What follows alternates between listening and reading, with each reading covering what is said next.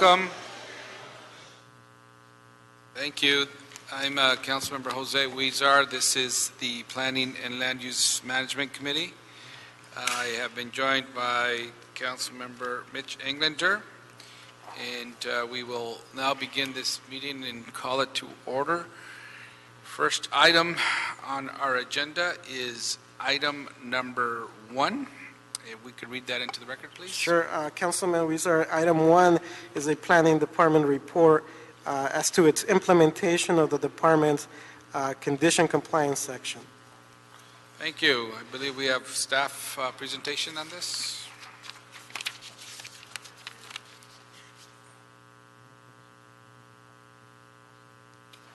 No, it's not on. Can somebody check that, please? Someone other than the speaker.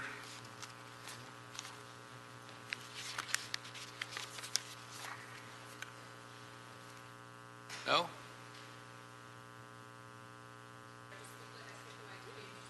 Yeah, that'll be okay with us, but we have the telephone system that listens to these committees, and so we just want to make sure that we're doing everything possible to have.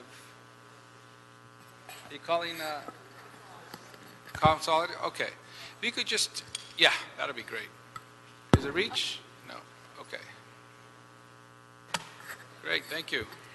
Okay. Rocky Wiles, Department of Building and Department of City Planning. Earlier this year, this committee requested that the department report back on the goals and the functions and the fees related to the condition compliance unit. The department submitted a report for your review, and I'm prepared to give you a brief summary as your report back. So the condition compliance unit was created earlier last year, in March of last year, and the primary function of the unit is to oversee conditional use approvals after they become effective. Our initial task basically focused on conditional uses dealing with alcohol and entertainment because we are very limited in staffing, so we're focusing on only those two types of conditional uses. But we basically oversee we make sure that the conditions are complied with before operations begin, that these businesses obtain the approvals necessary to operate prior to utilizing the privileges of the grant. We make sure that the conditions are clear, basically, and that the terms of the grant are met before they use like I said, the privileges of the grant. The goal of the unit is to eventually not only oversee the conditional uses for alcohol and entertainment, but to expand to all conditional uses, and long range to include all entitlements, perhaps even development agreements, to monitor those development agreements. And also one of the long-term goals, which was one of the questions in your report to us, was the long-range goals that would also include perhaps being able to verify conditions after the certificate of occupancy is issued, which currently is not being done. As far as the fees, there was a question about the fees.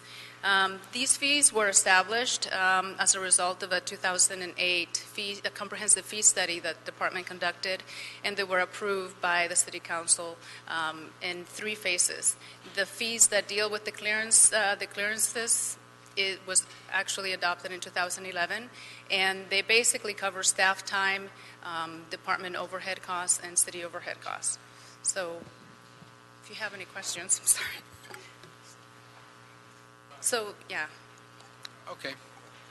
Thank you. Well, thank you very much for your report. What we will do is go to public comment and then come back for some questions and answers. First is Kevin Michael Key, and then Mike Robinson. All public speakers have 1 minute.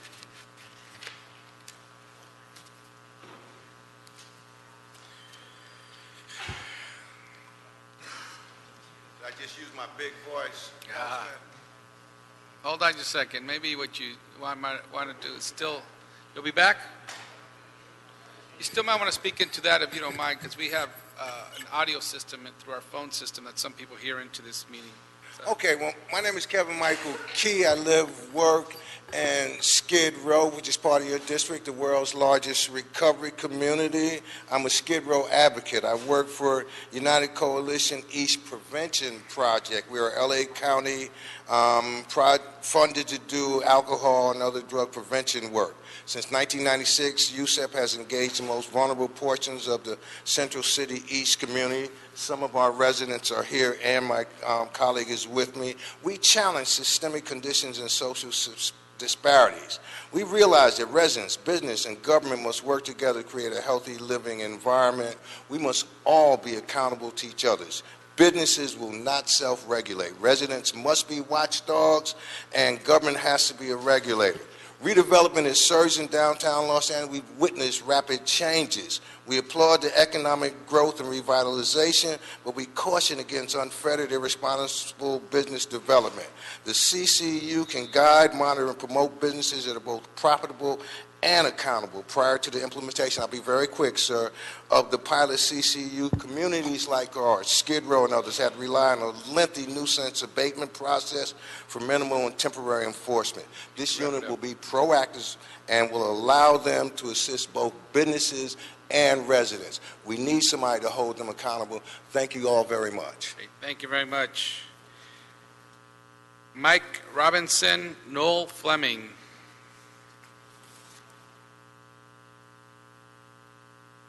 Good afternoon, council members. My name is Mike Robinson, and I live in Sherman Oaks, California.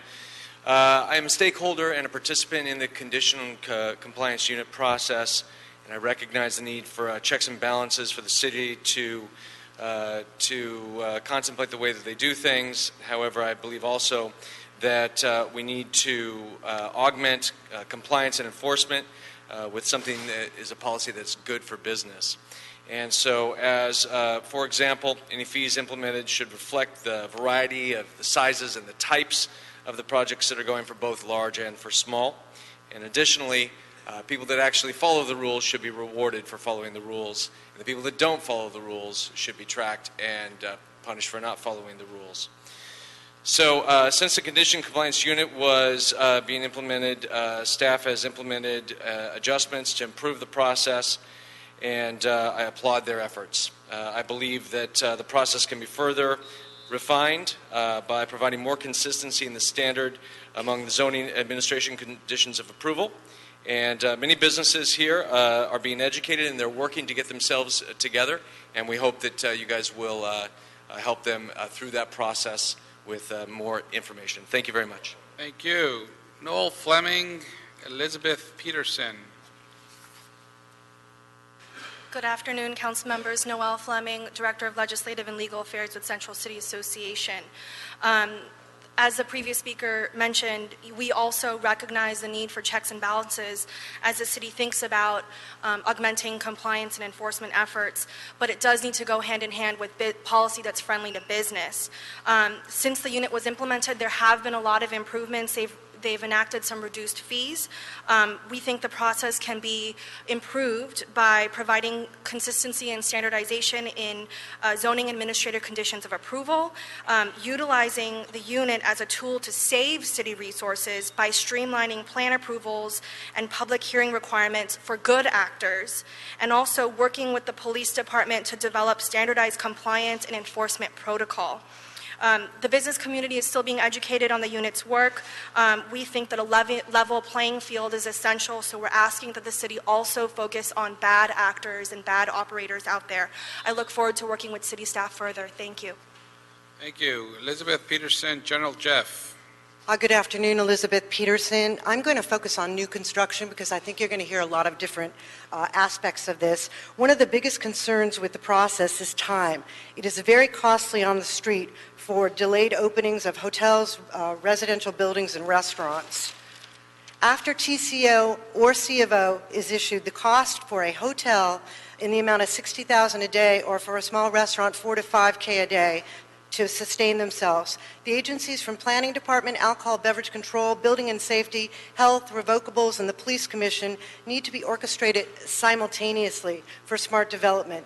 The developer, hotel owner, or small business owner cannot afford the time it takes to sustain itself without revenue through the agencies. First, the complete effectuation with the Condition Compliance Unit, which then allows the ABC to activate a liquor license, which then allows you to file a 1 to 3 month process with the Police Commission to obtain your hotel permit, your cafe entertainment permit, your dance hall permit, or your spa service permit. We'd just like to see all the agencies responsible working collectively and then have the Compliance Unit confirm that. So thank you. Thank you. General Jeff.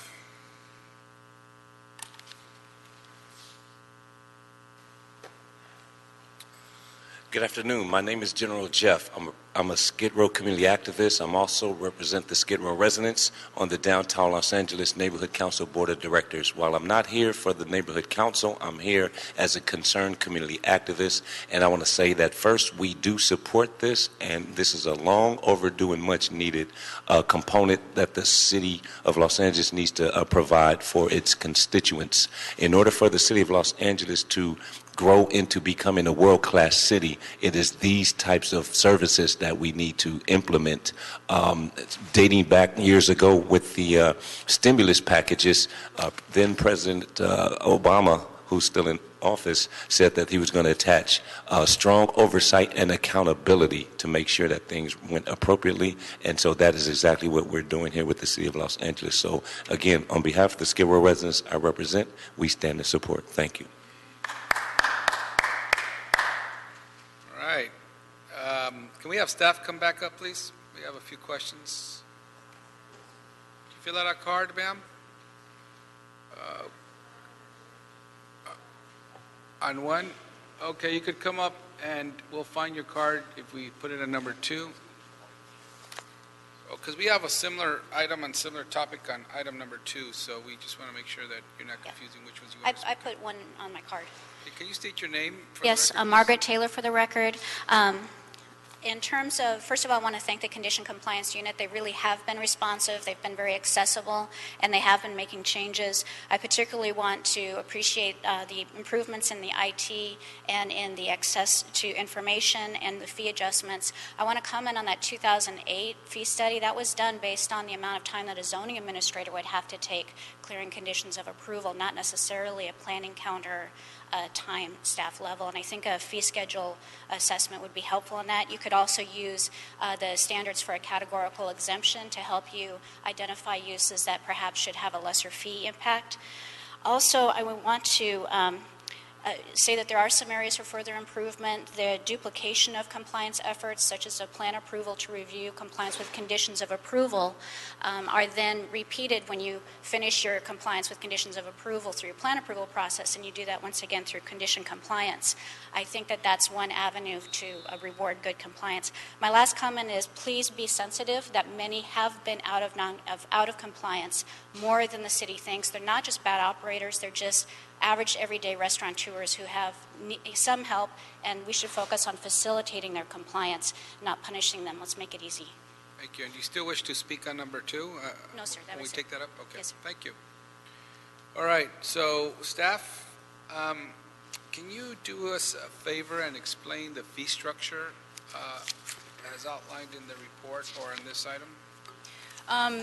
At the end of the process, the department collects basically a $1,700 with surcharges. It comes out to $2,000 fee. That's like I mentioned before. It's to cover the costs of staff and supervisory level to clear conditions.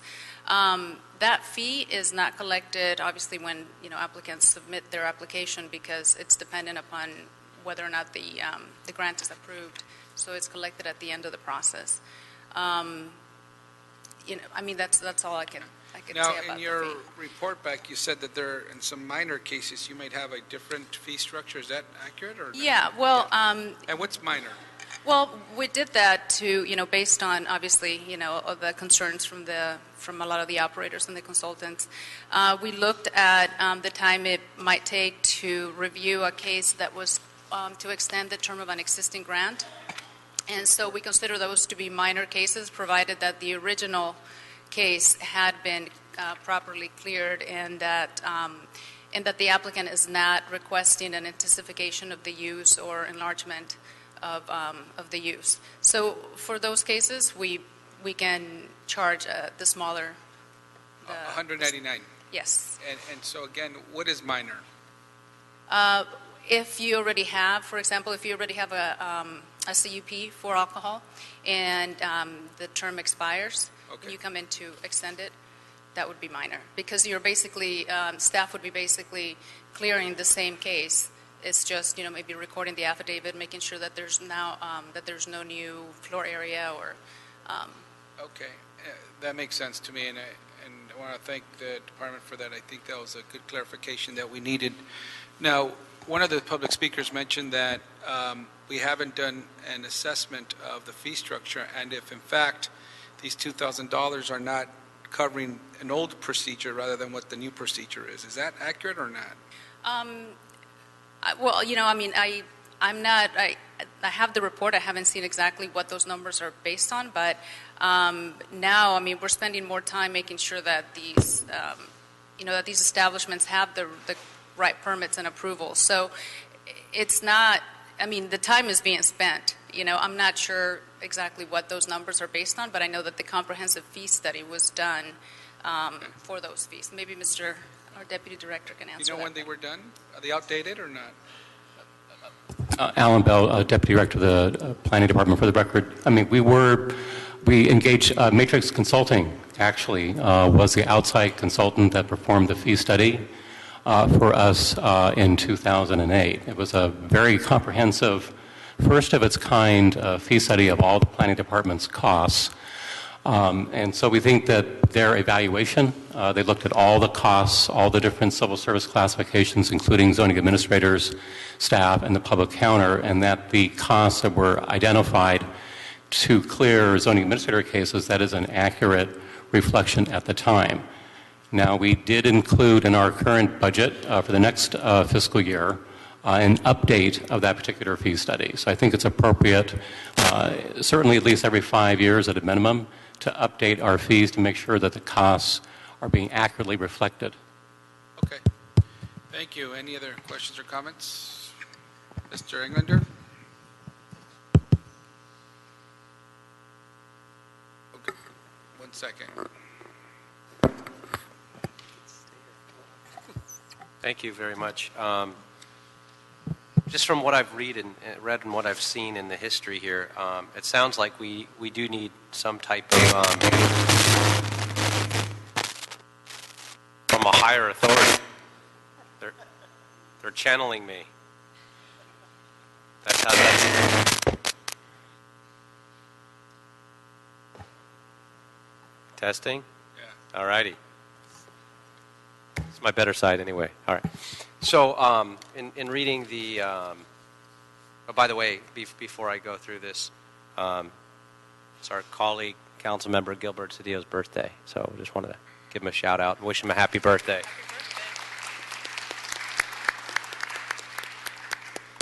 We got to sing him happy birthday in council earlier. Birthdays are very special. So with that, this is incredibly complicated, I think, from my perspective, and not very, very simple, and it's not cut and dry and black and white. The condition compliance unit is something I think that's desperately needed to be something that's regularized and something that's a normal process and procedure here in the city of Los Angeles, and we've seen that in the past, where a lot of businesses just don't follow their conditions that are imposed, the ones that expire. They change during their operation. Some of them come in here oftentimes, bad operators that we impose new conditions and they don't move forward with, whether it's security cameras or whatever it is they're supposed to do, hours of operation, and there's nobody really watching them. On the flip side of that is we're trying to balance that and create an atmosphere in the city of Los Angeles that's more business friendly than ever.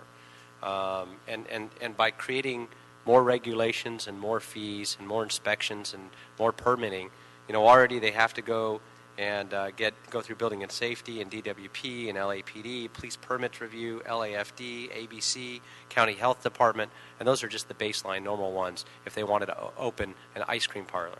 I mean, they've got to, if it's complicated and they have entertainment or live entertainment with live music and an ABC license, now you're really talking about a lot of different complications as well.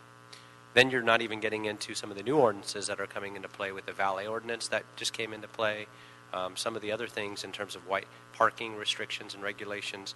So there's a lot of various complications in that regard.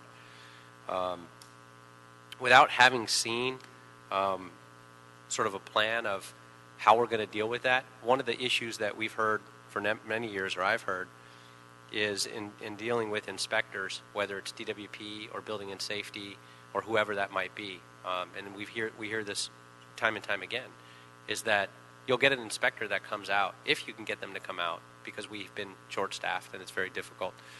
And oftentimes either their schedules don't allow them to schedule it immediately. It might take weeks to get a various inspector out from one of these agencies and departments.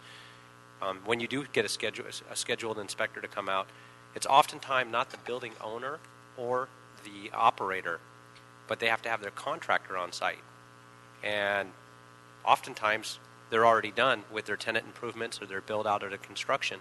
So they've got to now pay their contractor to come back for that inspection, and rightfully so, as they should. It's part of doing business and opening up a business. But it's when the contractor's out there and they're paying these contractors on overtime. And I'm giving you this hypothetical because this is the normal situation that we hear often. Then the inspector doesn't show up. And now you're stuck. And they're scheduling another day or two or week or three. And then that inspector comes out and gives you a punch list of items that says, here are all the things that you've missed. You know, your sink is too high. You've got to lower your towel rack. The toilet's too close to the wall. Whatever that might by an inch, you've got to retile and fix everything. And all the things that we should do to meet. And then you've got green inspectors now that we've just added just 2 years ago as well to make sure they're in compliance with LID and all the other things that we've done. Then the contractor will do all the work and they'll get the change orders and fix it if that's the case. And oftentimes is the case, is what we hear. And back me up, folks, if you've heard any of this, is they then send a new inspector, somebody that had never been there. It's a completely different person that catches 5 or 6 other things that the first inspector didn't catch. So rather than having the contractor come out and fix it all at one time, they're now sending them out again to do it again. And those days became weeks and the weeks became months. And this is the issue we've all been very familiar with and we're trying to deal with. And then more fees. And not being able to open up and offer jobs to people. With condition compliance, it just adds that other layer and another fee. It's another inspection process. I'm not sure what the coordination is in terms of allowing, whether it's building and safety being appropriate to have that element folded into them. You've got the same inspector coming out. Why not check condition issues, streamline the process, lower the fees to be a little more business friendly, because it's the same person then with the same notepad, with the same checklist, checking those conditions. It's just another piece of paper. It's another step. I know I'm simplifying it, but I think we need to simplify things in the city. The fee structure was not attached to the report.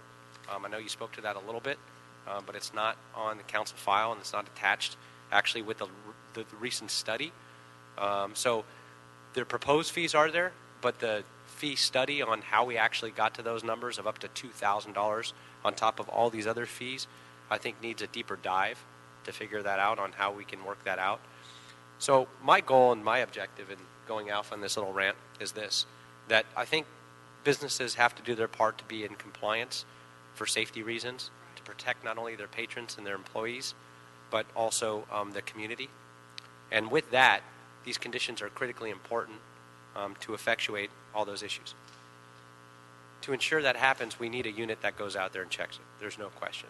But we've got 6 different other city agencies already on site doing inspections and doing things and charging fees for those. So I'm trying to figure out if there's some coordinated effort where we can both maintain the spirit in which this code compliance unit has evolved, which is a very good thing, and be business friendly on the other hand at the same time. Yeah, can I address that? So there's no question that we need compliance. I mean, that these businesses need to comply with whatever disabled access, fire, life safety, that those code requirements need to be met. I think that the issue is, and I agree, that we need to find a way to streamline that process and educate operators, consultants, and how to go about that process. And we are working on that. As far as the inspections that occur, what we're talking about, what our unit would be involved with, is inspections post certificate of occupancy. This is when the business is already operating. We're not preventing, the businesses from operating. In fact, we want them to operate. We just want to be able to, and this is not something that we're doing or we even have the funding or staff to do it. This is more of a goal of the unit, something that the city currently is not doing. It has never done any inspections post C of O.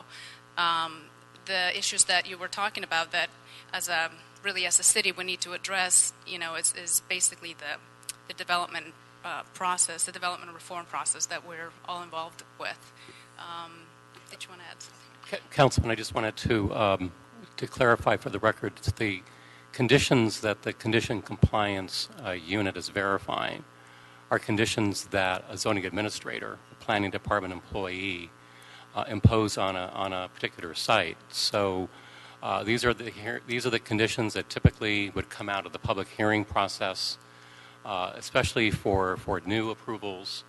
So it's our typical process. I think what the condition compliance unit is attempting to do is to bring a little bit more rigor to how we enforce conditions that the city has been imposing for decades through the conditional use process, and to do it in a way that's much more systematic, much more even-handed than it had been in the past.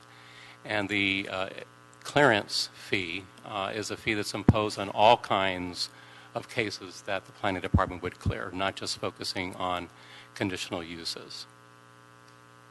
If I could, and I understand what Mr.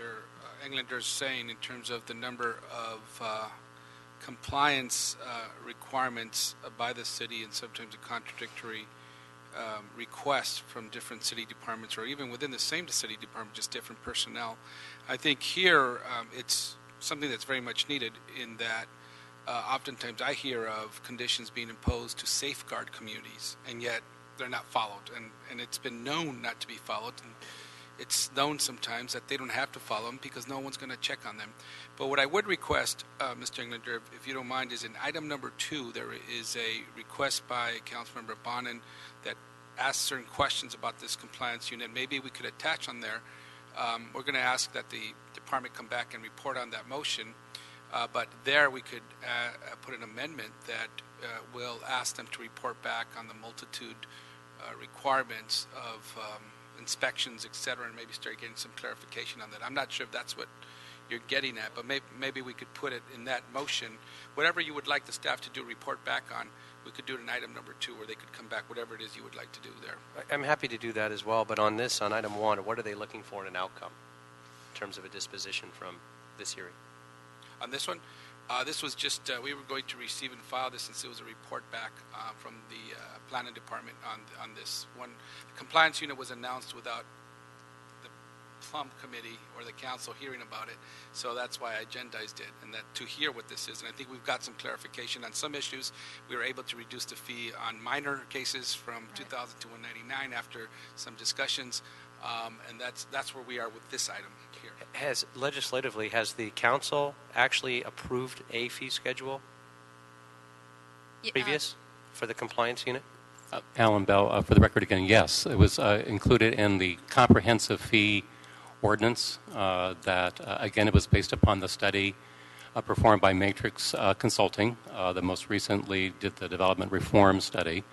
So they did the independent investigation of all of our costs and fees, and council adopted a comprehensive fee ordinance that we have been operating under since 2008. This was one of the fees that was included in that comprehensive fee ordinance. But you're asking for some funding in the next year's budget cycle to re-examine this fee, correct? Is that what you mentioned Absolutely. earlier? We did include in our request to the mayor's office $300,000 for a new study to re-examine the cost, because it's been since 2008, and it's time to update the fees and take a look at the costs and see whether or not they're appropriate, and see whether or not they need to be adjusted. Thank you. So, colleagues, with your concurrence, we will receive and file this item, and with no objection. Okay, thank you. Mr. Cedillo, you want to turn that? I just want to attach myself to the comments of my colleague. Obviously, by definition, by title, we know what the mission is, but I think we all share a concern about the challenges we create for the business community. In particular, what I hear is this different personnel, different eyes, and so it's always, presumption always goes back, or the burden always goes back to business owner, never to the city. And so then it never lapses. You never know when the end is. A new person comes out, and now we're in a new scenario. We have a duty, but I think we should be conscious of a time in which we want to accomplish that duty. Thank you. Thank you very much. So we'll receive and file that item. That item, as I mentioned, was presented to make sure we have a public hearing within the committee. But no use to send it to council at this time. We do have item number 2, however, which is similar in that it deals with the same issue, but this one has very specific requests of the department to report back on. So we will, at the end of this hearing, if my colleagues so choose, we will refer this to the department and ask them to come back in 45 days on a report on this item. But first we'll hear does the department wish to make another presentation on this item? You pretty much already presented what the unit is. So I'll just go straight into public comment, and then we'll hear from my colleagues. We'll do it as amended. Okay, we have a number of public speakers. Each has a minute. Mike O'Gara and Sarah Blanche. My name is Mike O'Gara. I'm a chairperson of the Sun Valley Area Neighborhood Council Planning Committee. I'm here today speaking for myself. I'm very much in favor of this motion and also the previous motion, 13-15-15.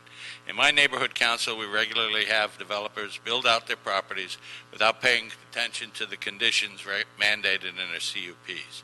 Once the development is finished, it's extremely difficult to get the understaffed Department of Building and Safety to come out and inspect the property. Please provide adequate staff and funding to the planning department to allow them to enforce these conditions. Planning originates most of the conditions and has the best understanding of what needs to be done to comply. I'm hearing about the challenges for businesses, but we also have to be very conscious of the burdens you're placing on communities. Thank you. Thank you. Sarah Blanche, Laron Gubler. Good afternoon. My name is Sarah Blanche. I'm a project manager at the Institute for Public Strategies. We are a nonprofit, and we have a 20-year history partnering with communities to improve health, safety, and quality of life. And we actually have a particular focus on alcohol prevention policy. And I'm here today to lend our organization's support to the Condition Compliance Unit. We believe it's a strategic solution to a real problem that's facing the city. The larger issue, of course, is what we've been discussing today, that a number of conditions and a huge, tremendous number of city resources are put toward crafting conditions that post-COO are just not adequately enforced. And because of the nature of our work, I'm here today to specifically address alcohol outlets. And it is a fact that almost every census tract in the city of Los Angeles is oversaturated with alcohol outlets, according to ABC's guidelines. And there's a great deal of research linking this oversaturation with alcohol outlet density, and compliance is one of the best solutions.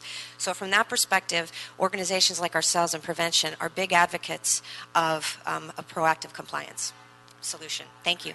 Thank you. Laron Gubler, Vanessa May. Good afternoon, council members. I'm LeBron Gibler, President and CEO of the Hollywood Chamber of Commerce, here to speak in support of the Conditional Compliance Unit. We feel it's very important for our efforts in Hollywood to continue the revitalization. We've had our own task force working on evaluating Type 47 and 48 licenses in the last year, and they came to the conclusion that everything could be solved, all those issues, if we had an effective conditional compliance unit. We've also looked at other cities, Pasadena, West Hollywood, Santa Monica, that all have very effective programs. So we think this is a step in the right direction.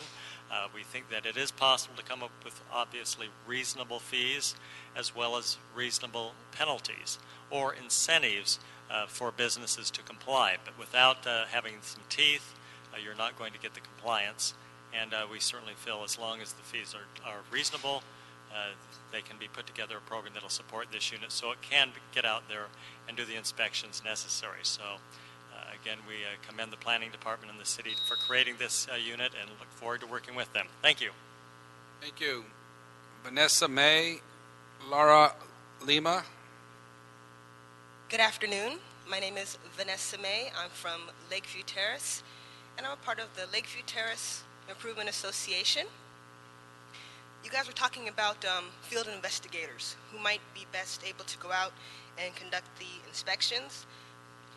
We had a Department of Building and Safety person come out to inspect the liquor store. They were not necessarily trained adequately to do a sufficient check. Maybe if you're able to have people who are trained in both building and safety and are familiar with CUBs or CUPs, those might be the most effective people to go out and do the compliance checks or investigations. Thank you. Thank you. Laura Lima, Bart Trevino.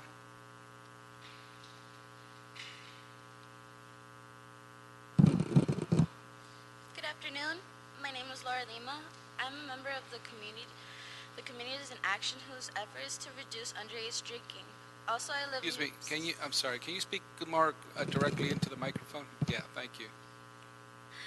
My name is Laura Lima. I'm a member of the Communities in Action, whose efforts are to reduce underage drinking. Also, I live in the city of Panorama. I'm a student at James Monroe High School. I'm here today to support the motion of the CCU program. I believe that CCU will help my community a better place to live by making sure that businesses are doing what they're supposed to do when doing business. Thank you. Thank you. Bart Trevino, Christine Lee. Good afternoon. My name is Bart Trevino. I'm a program director for the San Fernando Valley Partnership.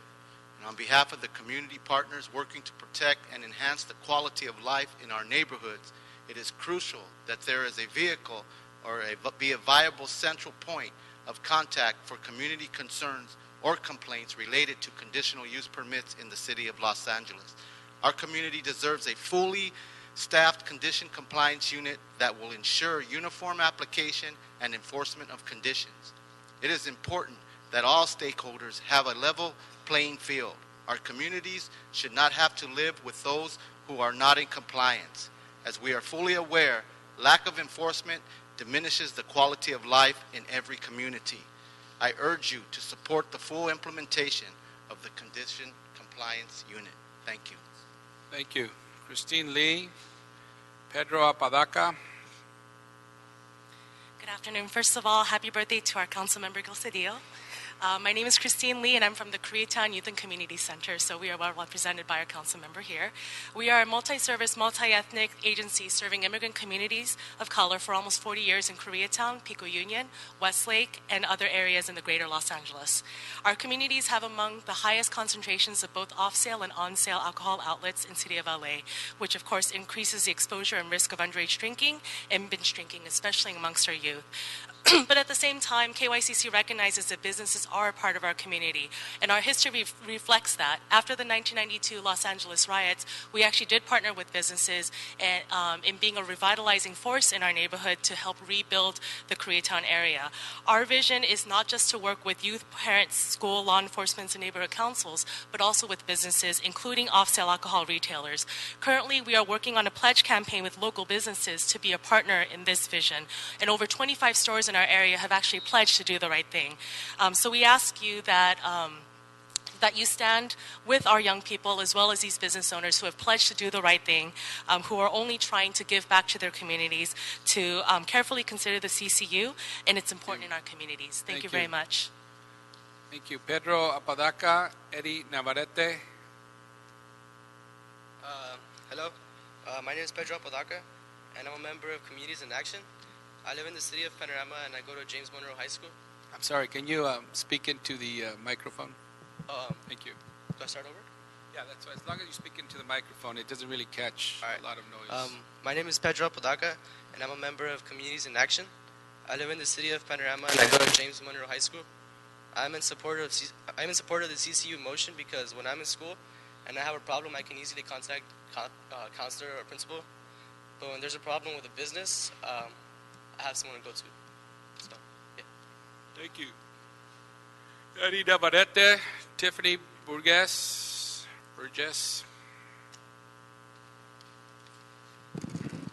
Afternoon, Councilman. Happy birthday. My name is Eddie Navarrete. I am a restaurant consultant and expediter in the city of LA. I represent almost 50 restaurants at one time. When the CCU first arrived, we were very concerned about the division. Now that we have to think that we had some division that would now make our clients comply with their conditions, outright blasphemy.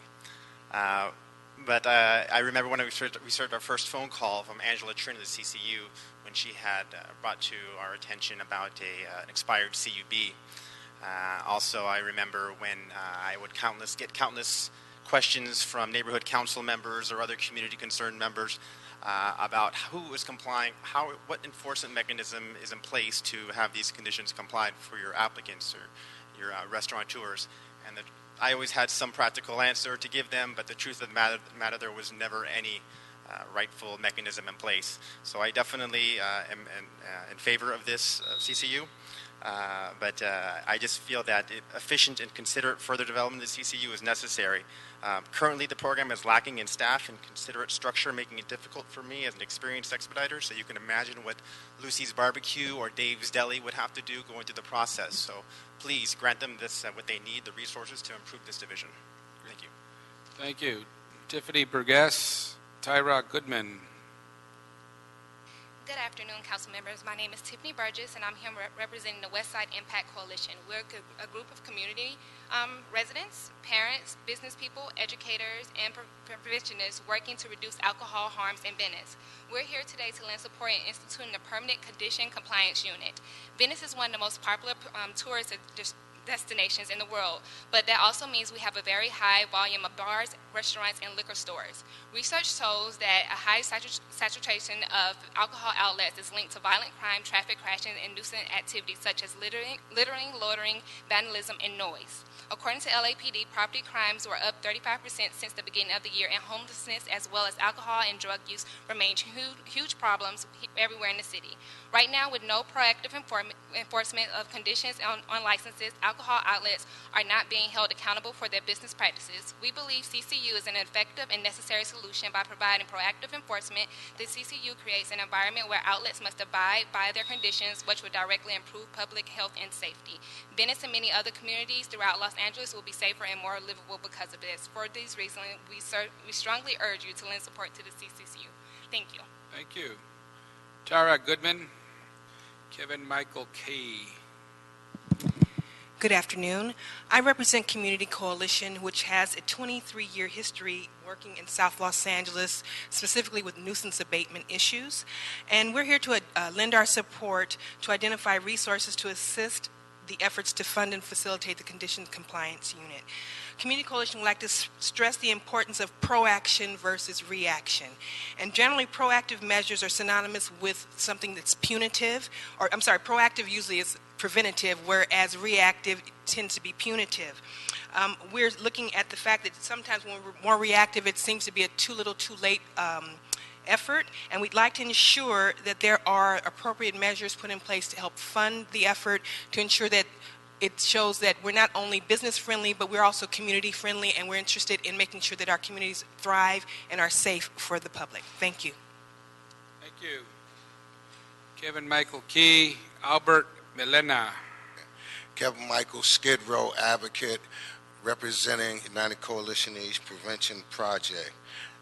Council members, we urge you to fund and support the Planning Department's effort to address this matter. I remind you that these are conditions that your zoning administrators and or the council itself has imposed in response to an issue. Right now, there's nobody watching this store. I do monitoring, but I get caught up in an onerous nuisance abatement process. These people have the wherewithal, they have the experience, and they have the inside track, the juice, so to speak, to get things done. They help businesses by indicating to them where they need to come up to spark, and they're responsible. And we again urge you to fund and support this, and our coalition clearly supports this effort. Thank you very much. Happy birthday, Gil. Albert Melena. Good afternoon, council members. My name is Albert Melena. I'm the executive director of the San Fernando Valley Partnership, and I also own a small business. I'm here today as a community-based organization working to reduce underage drinking in the city of Los Angeles. We see the correlation between businesses that are operating out of compliance and a wide range of nuisance activity in a lot of communities. We actually have seen how just one business that is operating out of compliance can affect the entire landscape of a community and the problem that come upon our community. We see that the drain that it has on resources, law enforcement, a lot of community efforts. So we're here to really support the Condition Compliance Unit and know that enforcing existing conditions will make an immediate and dramatic impact in all of our communities. Thank you. Thank you. So with that, any other questions or comments on this? Mr. Englander, you wanted to, we're going to ask staff report back to this committee on this item and we'll refer it to staff within 45 days. Mr. Englander, do you want to make any amendment for any additional review? Yeah, we noted earlier that it also would include a report back on the multitude of requests and inspections and an analysis of that and how could that be mitigated. So with that, with no objection, we will deem this approved and hear this item back in 45 days. If we could go to item number 6 now, it's the Planning Director's Report. Michael LeGrand could not be with us today, but we have Alan Bell. And Alan Bell, if you have a report to provide to us. Yes, very briefly. Mr. LeGrand actually is on the East Coast attending a conference on the role of parks in shaping successful cities. So I know that park fees and Quimby fees is an item that is of very much interest to this committee. Last time we reported on our efforts to rewrite our Quimby regulations, we were looking at getting foundation funding to fund the work program. We have received, and the council did receive, around $47,000 of funding from the California Endowment for this work program effort. And we are very close to securing the balance of funds that we have identified to get us to the $150,000 mark. We are working with the consultant who is doing the health element, and we believe we will be able to wrap this up in the next 2 to 4 weeks and then get started on this particular work program. Also, a prior Plum Committee, there was an informational report on 7 regional forums that are with respect to 3 very important citywide initiatives. The Plan for a Healthy Los Angeles, the first health element of our general plan. The Mobility Plan 2035, the update of our circulation element, and then the evaluation report for Recode LA, the evaluation of our existing zoning code. So far, we have had 3 of the regional forums. We have had a great attendance. Each of the events have been very successful. We've had 250 attendees. The next regional forum is this Saturday in Boyle Heights at the Boyle Heights City Hall. And then we have, after that, 3 additional forums to round it out. And then we will have an additional 2 months of public review on these particular initiatives. So that concludes my report. Great, thank you. Thank you very much. And so we'll move on to item number 4, please. And if you could read that into the record, Sure, please. Councilman, item 4 is a general plan amendment and a zone change ordinance, basically to construct a 178-unit graduate housing building with child care facilities in CD14. No. Oh, look at item number 4 and read that again. I thought you were going sequentially. No. Item 4 is the joint planning department and DOT report on the MyFig project.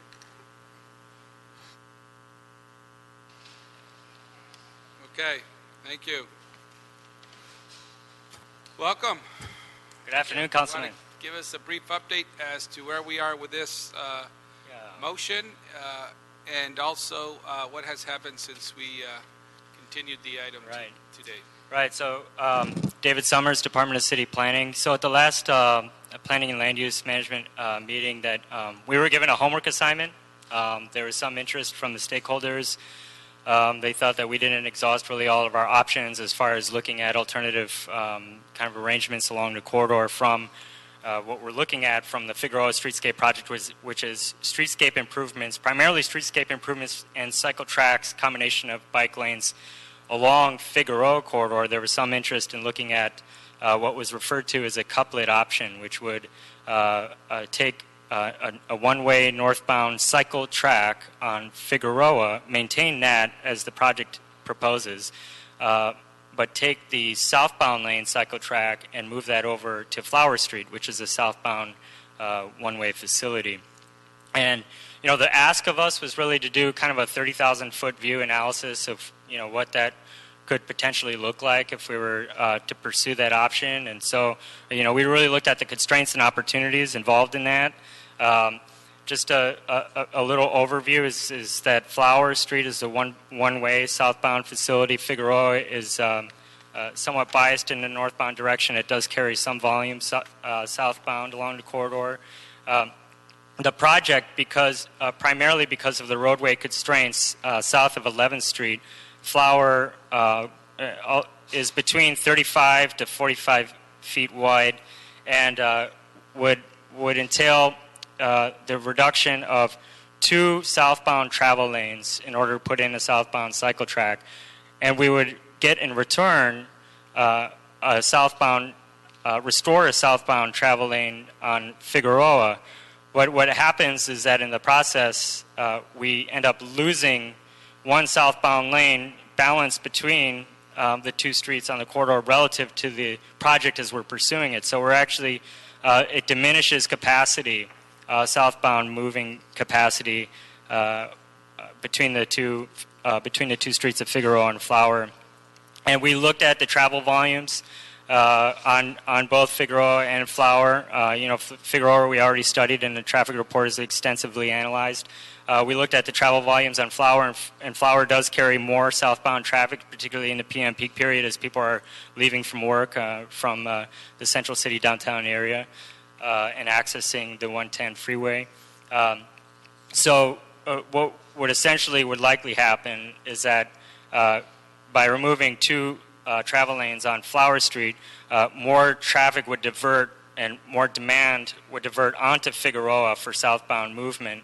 And in the process, we would restore 1 travel lane on Figueroa, but that wouldn't really accommodate all that excess demand. So we would be creating more of a traffic bottlenecks in the evening from this Figueroa-Flower couplet scenario relative to what we evaluated with the proposed project.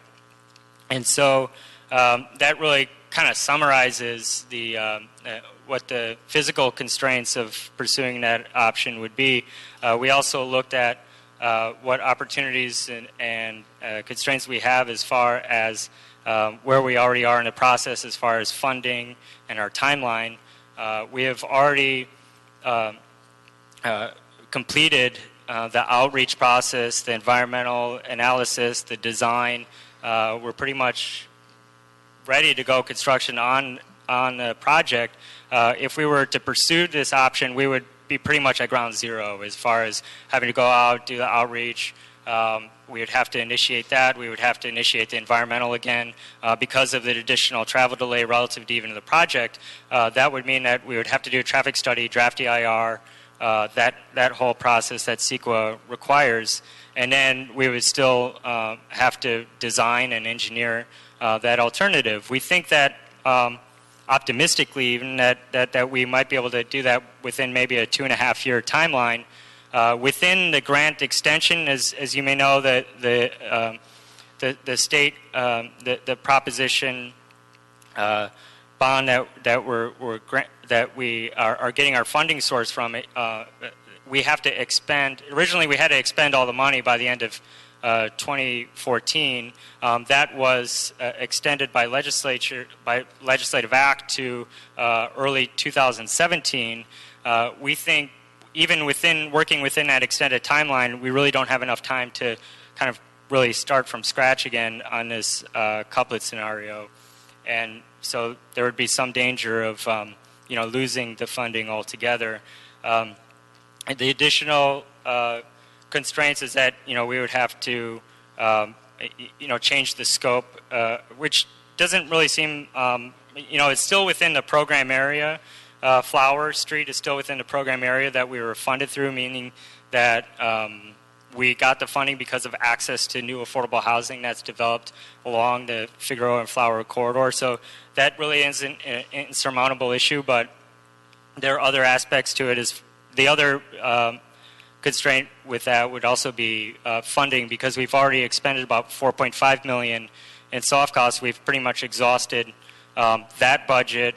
We would have to allocate somehow all that design and soft cost funding, and we know that the state is very strict about reallocating soft costs from the hard cost portion of the budget. So they don't.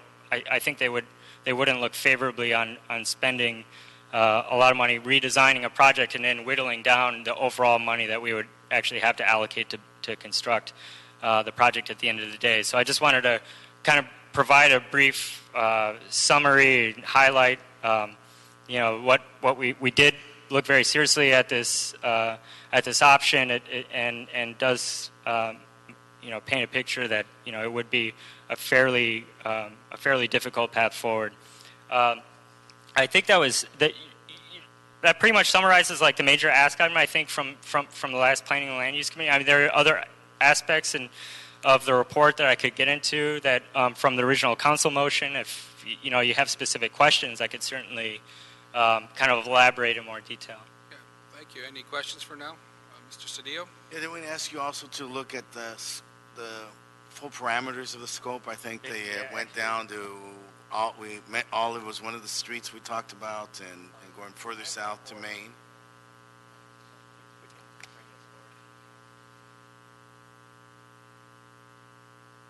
Yeah, thanks for mentioning it, Councilman. This is the project boundaries as far as what we were funded under the state grant, and it does.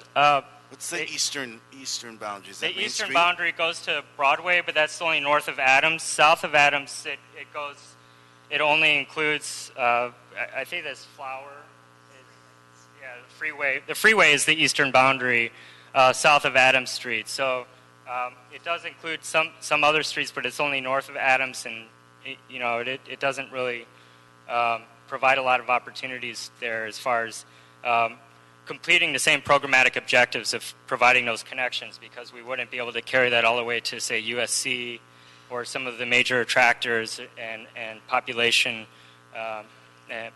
centers to make that complete connection between the southern end of the district and all the way into the central area. Now, I did address a little bit of that in the staff report as far as what we are doing programmatically for these areas east of the project boundary, outside of this whole grant funding exercise. And DOT has been very active and successful in extending the bicycle network along couplet or parallel facilities. I think Olive and Grand in one portion, and of course Main Street and Spring Street go all the way. I think Main Street goes all the way down to to Venice Boulevard. So we are they've been very active and successful about completing the bicycle network just south of the Central City area further east. And also, it's good to highlight this here is that the planning department is currently in the process of the mobility plan 2035. It's in the draft form now, and it does include a concept of a whole network of these types of low-stress bicycle facilities that include streets like Central Avenue, and I think that's the other major one besides Figueroa that goes really south of the downtown area. So there is at least future opportunity, and we're also, of course, very interested in building out the network within this geography. But just pursuant to this discussion, we do have to highlight at least the limits under which that were designated that constrain us as far as looking for this funding source. Thank you. So with that, let's go to public comment. And I understand we have Council District 9, a representative from Council District 9 here, and someone from the mayor's office. Do you guys wish to speak now or after the public comment? Now? Okay. Paloma Perez and Marcel Porras. Good afternoon, members. Thank you for allowing me to speak today. Fortunately, Councilmember Price was unable to make it to today's hearing because, believe it or not, he's been impaneled to serve on a jury. So I just wanted to take the opportunity to give everyone an update on what's taken place since the last time we heard this issue in Plum. Last week, working in conjunction with the mayor's office, last week CD9 and the mayor's office held a summit where we had several stakeholders from along the Figueroa corridor, bike advocates, housing advocates, basically to discuss several aspects of the project. It was a very long marathon session that lasted a little over 4 hours, but I think there was one thing that we all came to consensus on this project, and that is that we're looking forward to these improvements coming to Figueroa. However, there are still some concerns that have been cited by the businesses and the institutions along the corridor as to ingress and egress. And then furthermore, the MPAA has also cited concerns in regards to lane closures. Going back to the issue of the concerns for ingress and egress, these seem very minor to a lot of folks as far as how long is the turn pocket, how many parking spaces are you losing, is the curb cut 2 feet over to the right too far. However, these issues, I think if we are able to work them out, really will have a beneficial impact for the project overall, reduce some of these traffic concerns that have been mentioned. Furthermore, the MPAA has cited specific concerns in regards to lane closures and the ability to film along the corridor. As you may know, the Figueroa corridor is a very popular place to film for commercials, TV, and even motion pictures. Activity occurs along the corridor at least 4 days out of the week, so these concerns we feel must be addressed. Therefore, on behalf of the Council Office, I respectfully request that the following action be taken on behalf of the Plum Committee. And I must make note that these recommendations are as a result of a consensus of our meeting on Friday. Number one, to receive and file today's report and request for the appropriate staff to quantify and report back on the actual expected delays as opposed to the analysis in the EIR, because we believe this will have a more realistic idea of the traffic impacts that we're expecting. Furthermore, we also request that staff prepare an educational marketing campaign for implementation of the project. 2, further analysis is needed in regards to MPAA's concerns that would address the specific concerns regarding lane closures for filming purposes. We request that DOT meet with FilmLA, MPAA, and other industry stakeholders to discuss how filming and lane closures will occur once the My Figueroa plan is adopted.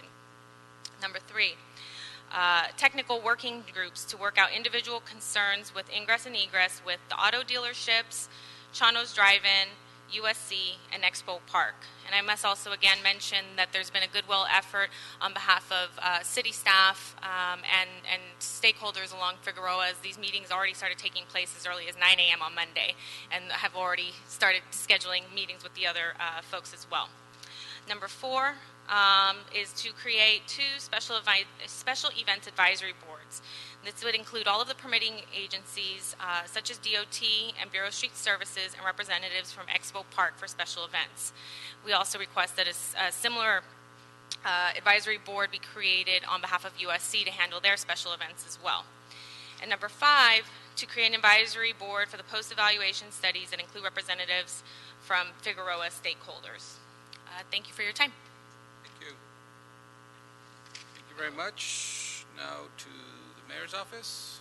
Sure. I think Paloma summarized Friday's meeting quite well. And, first of all, I wanted to thank city staff as well as Figueroa stakeholders for coming to the table. This was something that we pulled together fairly quickly. And, of the 20-odd folks that we invited, I would say like 99% of the people showed up and stayed for the majority of the time. The key part of this was really listening. This is the first opportunity that the mayor's office, together with Councilmember Price's office, has had an opportunity to sit down with the stakeholders and just listen. And so that was the key, framework for the goal for the summit. We have also been hearing from a lot of other stakeholders, so just wanted to underscore that really Friday was about listening and kind of moving the ball forward. We appreciate all the additional external work that's been happening. We've been getting a lot of letters from additional community stakeholders and making a note of that, but we look forward to working together on this project with the council as well as in future projects as well. Thank you. Thank you. Happy birthday, Councilmember. Thank you. Let me ask a question. So the recommendations, you gave us 5 recommendations, is that correct? Yes. So they are, number 1, receive and file. Number 2, conduct further analysis on MPAA's concerns, correct? Receive and file, and then ask for a report back from staff to quantify the actual traffic impacts as well as educational marketing. Then then the next point is as to the MPAA/film industry's concerns. Right. Then 3 is conduct technical work group, right? Yes. 4 is establish special events advisory board. Yes. And then 5 is create an advisory board for post-evaluation studies with the stakeholders.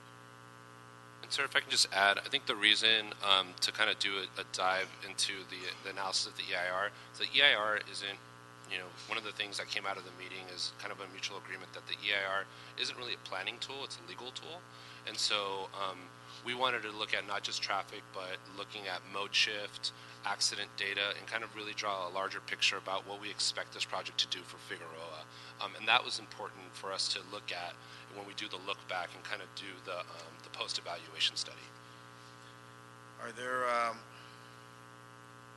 goals in here? There was a recent, everybody read the recent LA Times, cycling's up to 1.5%.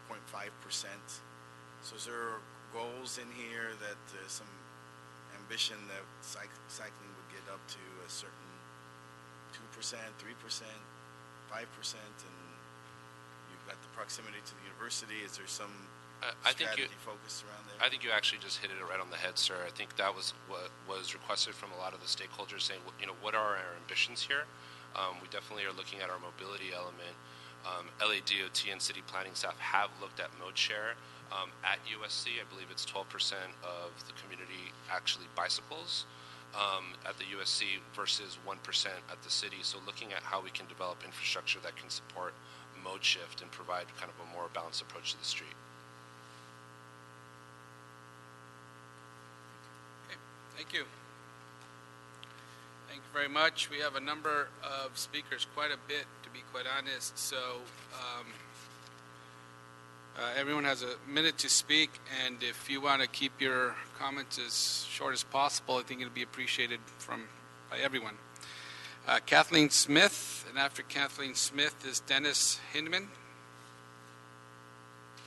Good afternoon, council members. My name is Kathleen Smith. I'm a public health nurse. I live in Leimert Park, about 2 blocks from Martin Luther King. I travel on South Figueroa several times a week, and I support the My Figueroa plan as originally configured. Thank you. Thank you. Dennis Hindman, and after Dennis is Melanie Freeland. Hi, my name is Dennis Hindman. Cycle tracks have been used for decades in Germany, Denmark, and the Netherlands. approximately 27% of the total street kilometers in the Netherlands have cycle tracks. Separating by mass and speed, when possible, is a basic Dutch principle for traffic safety. 90% of cyclist fatalities in the U.S. are caused by motor vehicles. Unlike motor vehicles, bicycles do not benefit from cage construction, crumple zones, and airbags.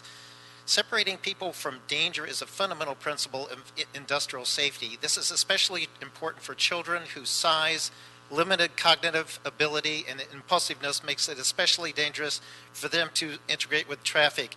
Many people choose bicycling because it's enjoyable. When bicycling involves constant traffic stress, that enjoyment can be lost. The combined concerns of safety and comfort make separation from traffic stress a critical factor in attracting people to cycling. Thank you. Thank you. Melanie Freeland. Joshua Cohen. Hi, thank you. I'm an architect with Gensler Los Angeles at Figueroa, and I'm also a member of CD1 district.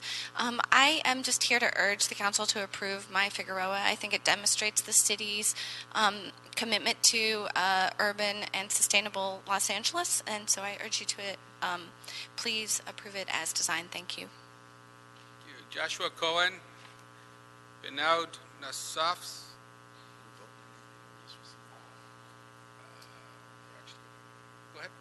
Good afternoon, council people. Happy birthday, councilman. My name is Joshua Cohen. I am a personal injury attorney. I represent injured cyclists. I see firsthand the effects of an inadequate infrastructure on the lives of cyclists every day. One injury can have debilitating effects not only on an individual's life, but on the entire family of that individual. By not providing safe infrastructure for cyclists, we are shifting the cost of these of protecting them onto the individual families, which is debilitating and prevents social mobility.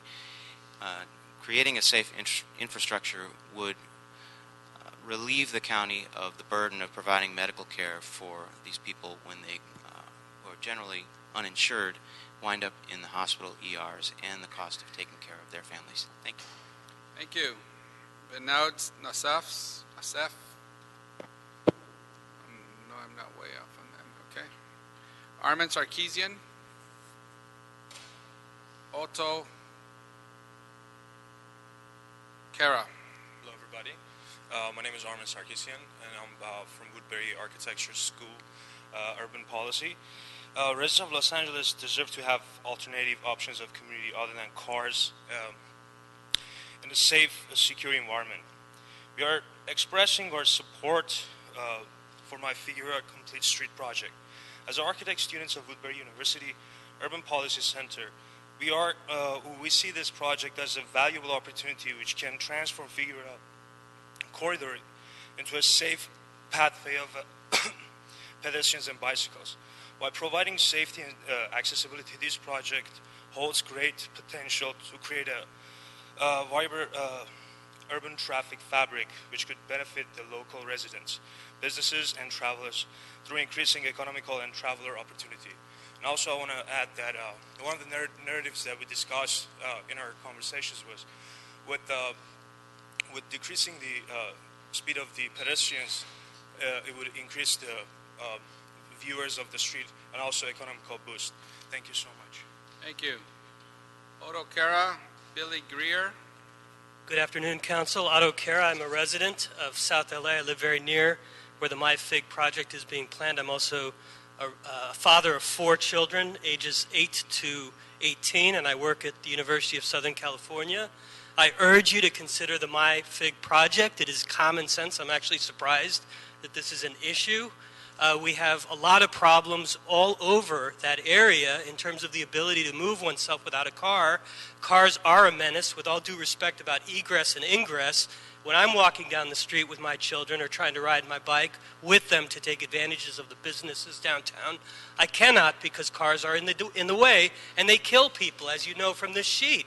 Bicycles, pedestrians do not kill people. They are safe, they make people healthy, and they make people happy. And I urge you to consider the MyFig project. It is common sense. Thank you. Thank you. Billy Greer, Renee Dake Wilson. Chairman Weezer, members of the committee. I'm Billy Greer, serving here today as wearing my hat as a member of the State Board, California Science Center and Exposition Park Board. As you know, our concerns are how the loss of 2 lanes will impact the ability of some 2.5 million visitors as they come in and out of the park every year. And we want to ensure that that is done in an efficient and safe manner. We did attend the CD9 and Mayor's 4-hour marathon. I think it was very productive. Our concerns have not yet been addressed, but we are very hopeful as we're going to be meeting with DOT on our site at the park within the next 2 weeks, and we're very hopeful that some additional traffic mitigations will come out of that to address our concerns. Thanks. Renee Dake Wilson, Victor Franco Jr. Renee Dake Wilson. I'm the president of the Los Angeles City Planning Commission, and I'm here to represent the policy and conversation as discussed at the City Planning Commission hearing on the 13th of February. Our streets are our most prominent daily feature where all come together. I felt that the Planning Commission would appreciate a chance to look at My Figueroa as it addresses our streets and changes in our streets that are coming in our future. We were pleased to be joined at CPC from staff from your office, Councilmember Weezer, and from Councilmember Price's office, and even we were honored when Councilmember Price himself came to speak at our City Planning Commission hearing. A diverse transportation network is especially important to those without cars, and which is more than 14% of the population served on both ends of My Figueroa. We established a policy of support of My Figueroa as initially proposed and sent all council members and the mayor the following letter. It says the Los Angeles City Planning Commission is in full support of the Figueroa Corridor Streetscape Project, ENV 2012-1470 EIR. We appreciate the extensive public process that this project has gone through, and we believe that My Figueroa project is a critical first step toward the goal of creating complete streets in the city of Los Angeles. My Figueroa will enhance communities from downtown's financial district at the north to Exposition Park and the University of Southern California at the south, 2 of the largest and most significant employment centers in Southern California, as well as providing a connection between the mostly residential neighborhoods of South Los Angeles and the jobs-rich center of downtown. We urge the Planning and Land Use Management Committee and the City Council to approve this project. Thank you, and happy birthday. Great, thank you. And for the record, that speaker was given extra time as a City Planning Commissioner, just so people are wondering if fairness. I'll take less time. Victor Franco Jr. And Victor then, Franco Jr. with Motion Picture Association America. Just proves that staff should always go first. We're happy to hear that CD1 and the mayor's office incorporating some of the concerns from Motion Picture Association. So keeping it short and sweet. Happy birthday, Councilman. Alex Levitt, and then Will Gifford. Hi, I'm Alex Levitt. I'm a graduate student at USC as well as a downtown LA resident, and I'm also a board member of the USC Bicycle Coalition, which represents thousands of students, faculty, and staff for the university. I'm here to not only support MyFig, but also to really suggest that we no longer delay this project. That is crucial to the success of this project. USC has also fostered a master bike plan that I commissioned a few years ago. My Figueroa not only supports many of the issues that we've seen there, but also provides additional safety for the thousands of cyclists that we have on campus. So please both support MyFig and do not delay this project any further. Thank you. Thank you. Will Gifford, Dominic Rubalcava. Hello, City Council members. My name is Will Gifford. I'm an undergraduate at USC right now. So the main reason I'm interested is because I'm an undergraduate at USC, and I think that the My Figueroa project, moving forward with my Figueroa project would be a great way to help connect my community at USC to the surrounding community in the area and to the downtown, which I think would be a significant step forward.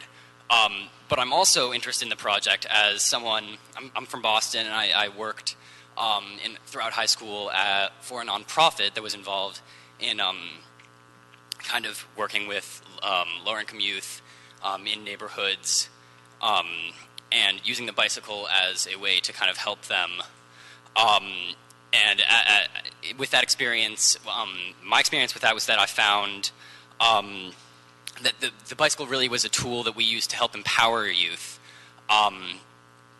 It was, okay, one second. As an affordable and healthy alternative transportation, and also by giving them a sense of independence, which is so crucial for developing teens. Thank you. Thank you very much. Dominic Rubalcava, Suzanne.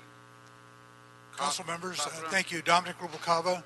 I represent the Seamus Auto Group, and I wanted to personally thank your council offices and Council District 9 and the Mayor's office. As you know, I filed the appeal on the original EIR on this matter, and I am very optimistic about the meetings that have been taking place and the efforts that have been taking place as a result of your assistance. As mentioned by Billy Greer earlier, I think there has been some good progress. I think they're moving in the right direction. I think there's still some work to be done, and I'm hopeful that each of the proposals that have been proposed by CD9 are incorporated and included in any decision you make today.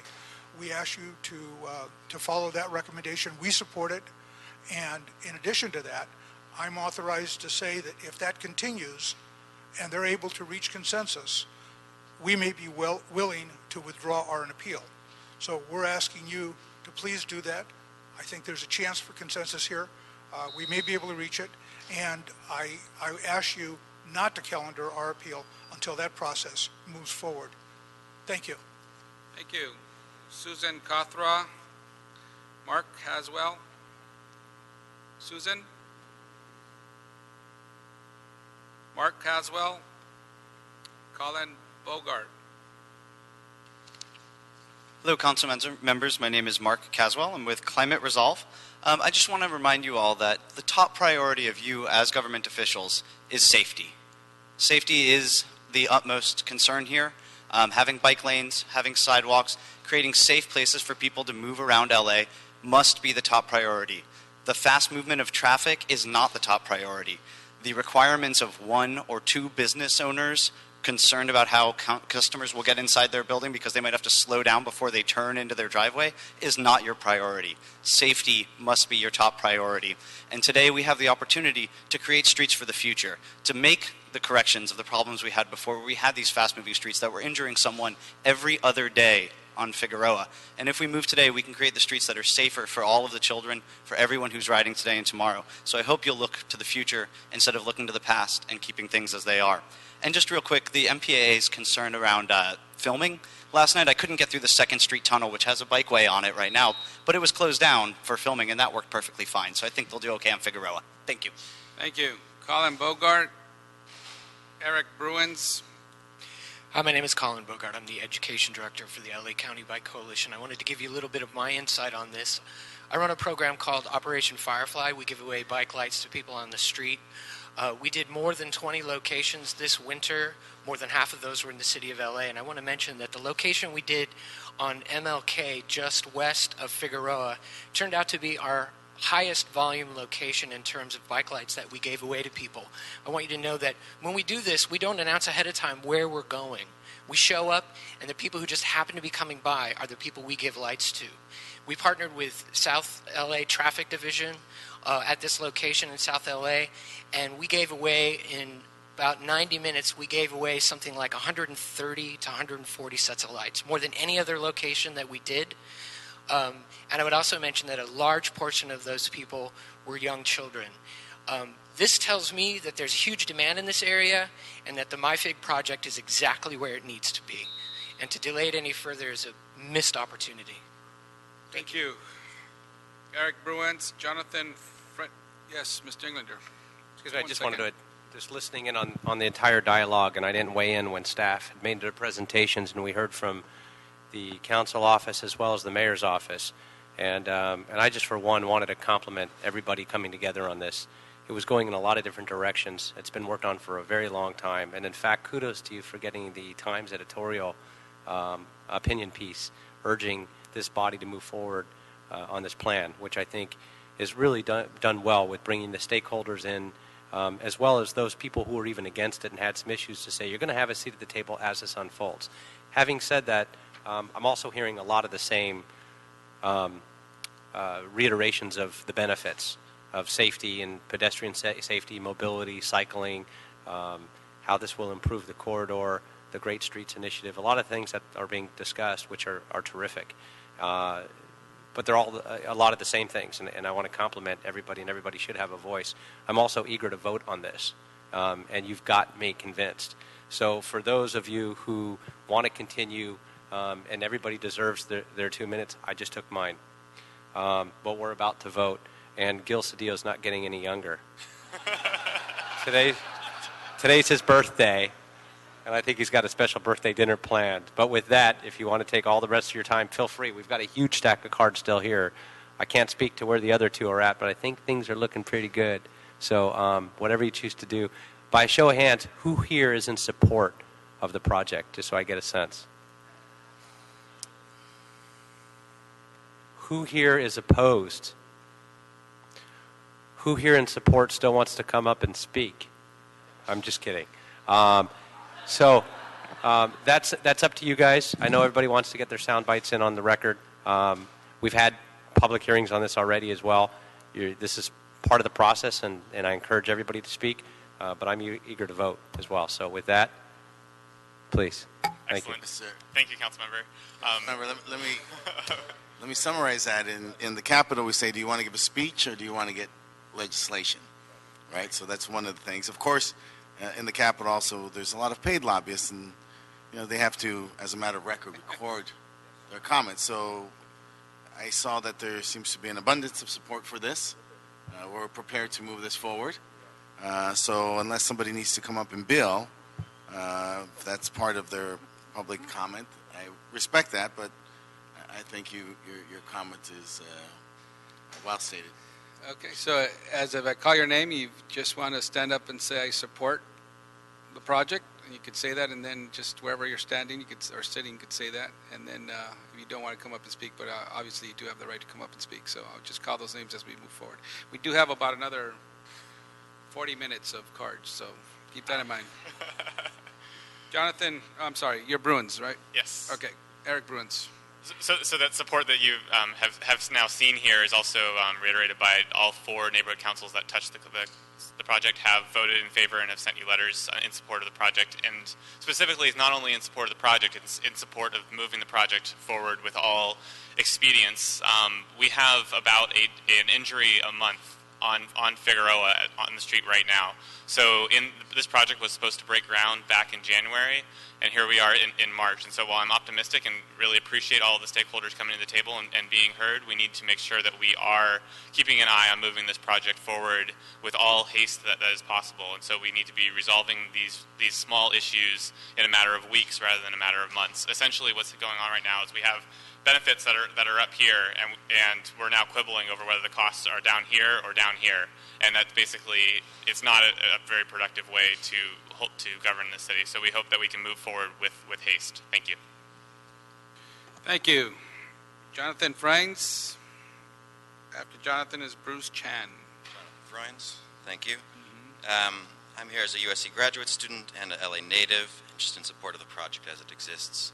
And I just wanted to say that I think Councilmember Price's and CD9's questions have been clearly answered by the report submitted by the Department of Transportation and Planning.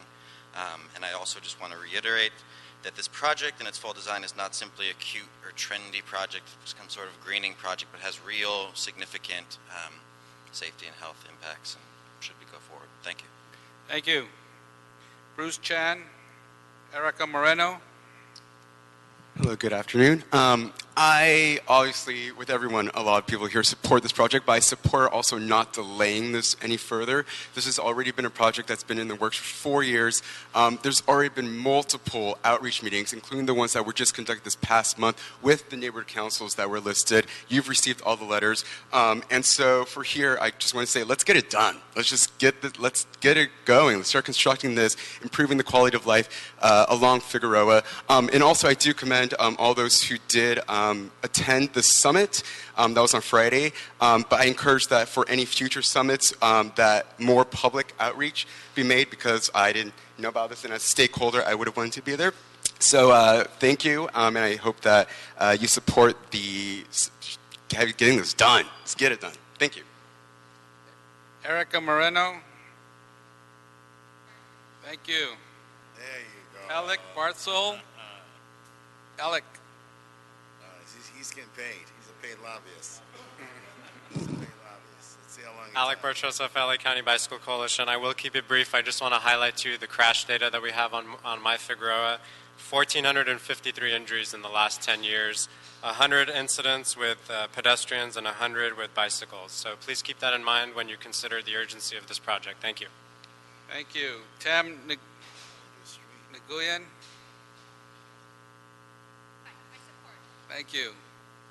Will Wright. Thank you, Will. Lauren Grabowski. Lauren, right here. Tafarai Bain. Thank you, sir. Andres Ramirez. Thank you. Steve Gibson. Steve. Sadiq L.H. I'm sorry, your name is? Steve Gibson. Okay, let's go back to Steve Gibson. Steve Gibson, Executive Director of the Figueroa Corridor Business Improvement District. We've been part of this project since the beginning in 2008. And I would very much like to echo the thanks to Councilman Price's office and the Mayor's office in the summit that we held on Friday. It's the first time in 6 years that we've actually had all of the major stakeholders in this project around one table to seriously look at the issues and try to solve the issues. It was a very positive meeting. We made good progress. We are no longer looking at the couplet that was brought up before. We really reduced this down to the issues that Councilman Price's office, that Paloma put before you in her presentation earlier. And we think that we're close to moving this forward, but we're not there yet, and we do need to pay attention to the details of access and to the details of flow, and these working meetings with the 4 or 5 entities. So we're very much in support. We think that this is a good project. We're not fighting over much at all anymore, a couple details, and we can do like was said, move this thing forward. So thank you very much. Thank you. Sadiq L.H. I support the project and I hope it succeeds before I graduate. And I'm a student from Alexander Science Center School, and I'm one of the 2.5 million who goes to the museum, and I hope it succeeds. Thank you. Thank you. What school do you go to? Alexander Science Center School. All right. And who's that standing next to you, the young man? You want to introduce yourself? My name is Tajuddin Kamal Henry, and I support this project because I walk to and from school and other places and ride the metro, and I would like this project to succeed and for walking to be much safer everywhere, at least lots of places. Thank you for listening. Thank you very much, sir.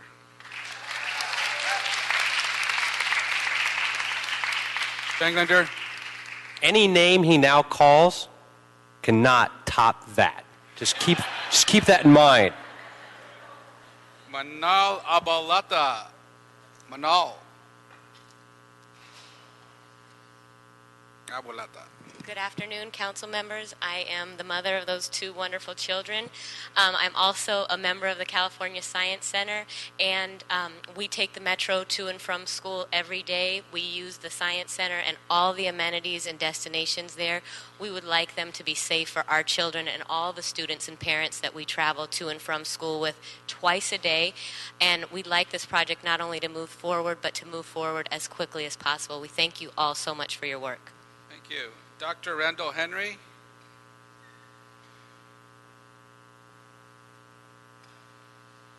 Good afternoon, everybody. My name is Randall Henry. I'm a doctor of public health. I have an extensive background in physical activity and injury and violence prevention. I've been an epidemiologist for the Los Angeles County Department of Health in the pedestrian injury prevention program, where I was in charge of preschool pedestrian injury prevention.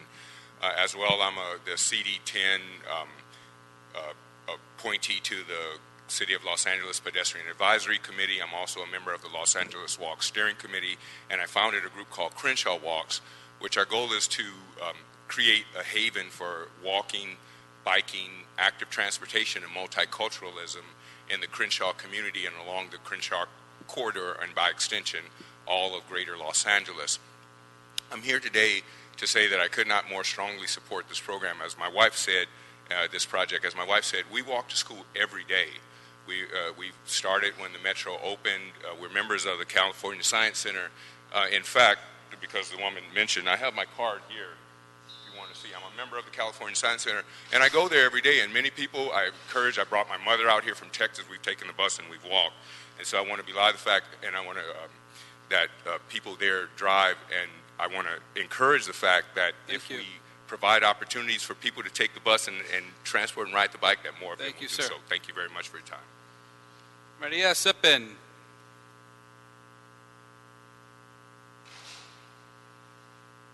Hi, my name is Maria Sippin. I represent Multicultural Communities for Mobility. I'm a CD14 resident, and I also work at Children's Hospital. I'll make this quick. I promised that my clients, that I would share their statements here. These are my clients at Children's Hospital Los Angeles. They said, please support my FIG. I would like to get to Children's Hospital from South LA safer so I can keep going to the Young LA Fathers Support Group. Thank you. And my other client said, I want you to know that public transportation and walking matters to me. It helps me get to my HIV services. Thank you. Thank you. Naroni Awasaki. Malcolm Carson. David Galaviz. Amanda Irvine.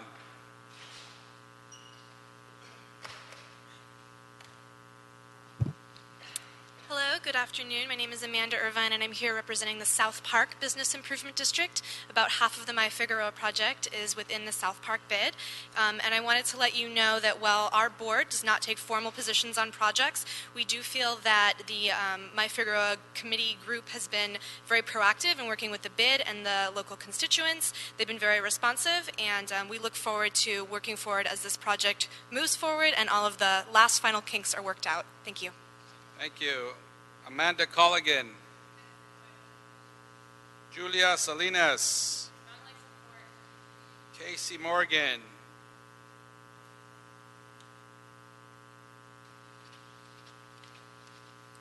Hi guys. Those kids were amazing. And my name's Casey Morgan. I am a resident of downtown LA. I also work downtown. I'm of course in support of the bicycle lanes and the cycle tracks and the project as it is proposed, but I wanted to share some facts with you. According to the Caltrans report, the portion of public transportation trips has doubled from 2.2% to 4.4%. The percentage of bicycle trips has nearly doubled from 0.8% to 1.5%, and auto trips have declined to from 60.2% to 49.3%. Those kids really are a representation of our future. Figueroa is a destination place, and we should keep that project going forward as proposed. Thank you. Thank you. You were Casey Morgan? No. Casey Morgan. That was me. That was you. Okay. Kayla Howard Anderson.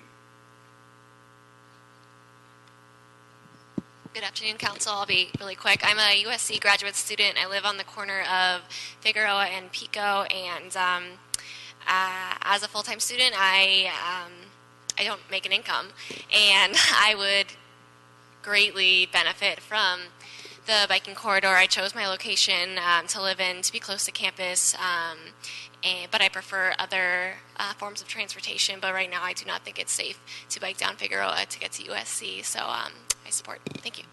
Great. Thank you. Thank you very much.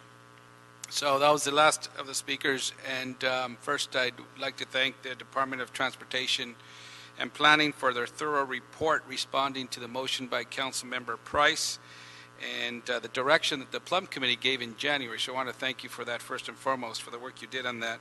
And as you've heard, a great deal of work has been done on this item since then. Last week, as was mentioned, there was a summit on this, along with my staff and Council District 9 and the Mayor's Office. The My Figueroa Summit was convened, along with a number of stakeholders along the corridor. And actually, as was mentioned previously, it was a very good meeting for everyone to get in the room and the table to give their input. And I'm happy to report, as you've heard, that several action items came out of this discussion last Friday that will help expedite the project implementation. And I will soon make a motion on that that will incorporate the recommendations from Council District 9 along with some other recommendations. But first, if I could ask staff a question, and the question really is on the 11th Street spur.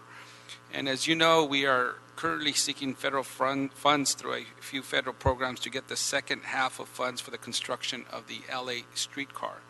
And the 11th Street streetscape design in the My Figueroa project is along the streetcar route and considered part of the city's preparation for the streetcar. As such, the 11th Street spur is an important part of the streetcar project, and I'd like to show that we are moving forward with the preparations for the LA streetcar, and it is my understanding that there are no identified CEQA impacts associated with the 11th Street portion. Is that correct? That is correct. And my question is, can you move forward with the building out the 11th Street spur while we continue to discuss? We're going to be back in 3 weeks, but does this affect anything in the 11th Street spur as has been discussed? No, it does not, and we're already prioritizing that segment. Okay, because we are currently advocating in Washington, D.C. for funding, and although the CEQA here hasn't been adopted, that we want to be able to make sure that none of there are no real counter mitigations to that, correct? Correct. Okay, thank you. I just want to clarify that so that as we move forward and request those funds in D.C. that we are not affecting that funding, because some of this funding from the MyFig is going through the streetscape plans from that 11th Street spur. Thank you very much. Any other questions for staff? I support. Okay. So with that, let me make a motion that along with the 1, 2, 3, 4, 5, were they 5 or 4 items by Council District 9? There were 5.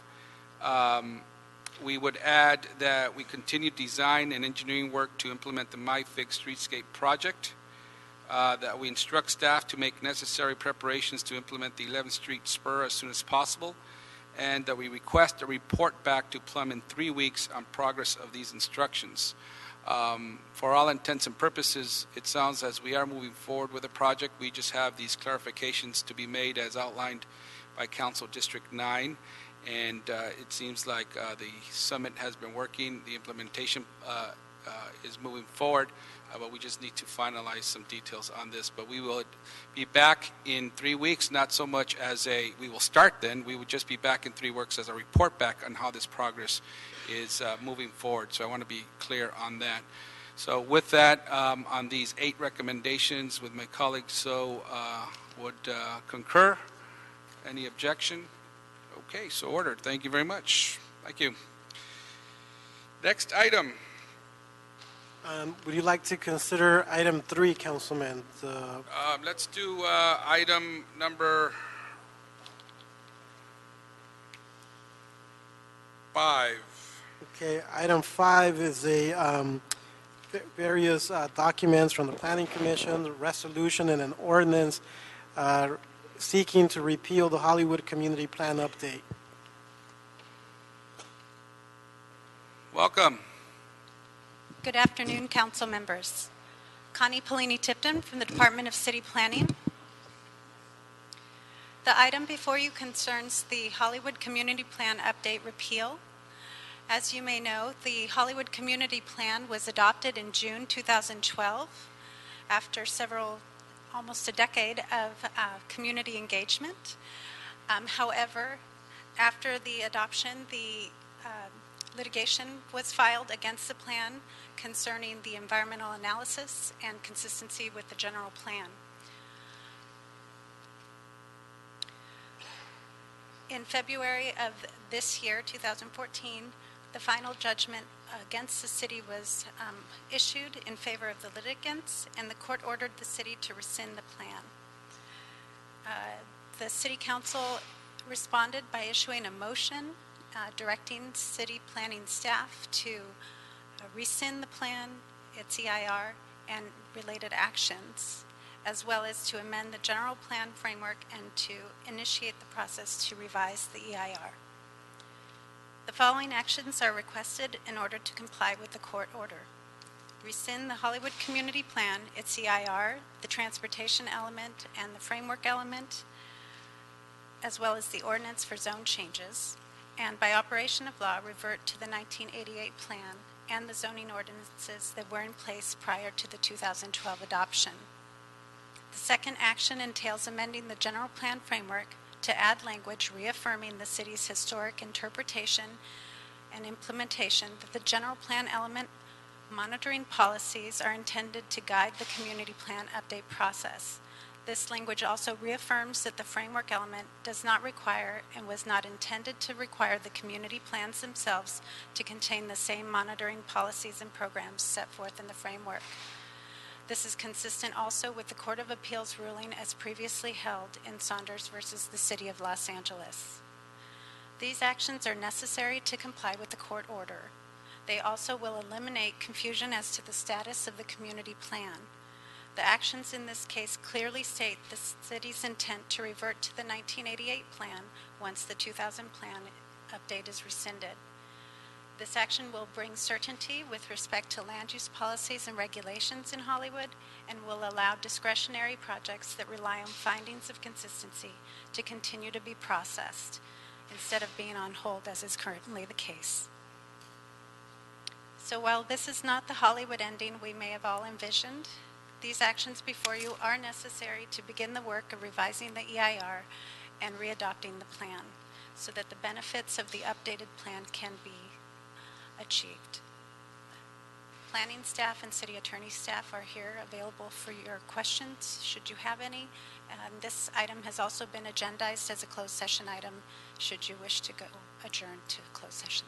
Thank you. Thank you very much. Let's go to public comment now. And Doug Haynes, Richard Spice, sir.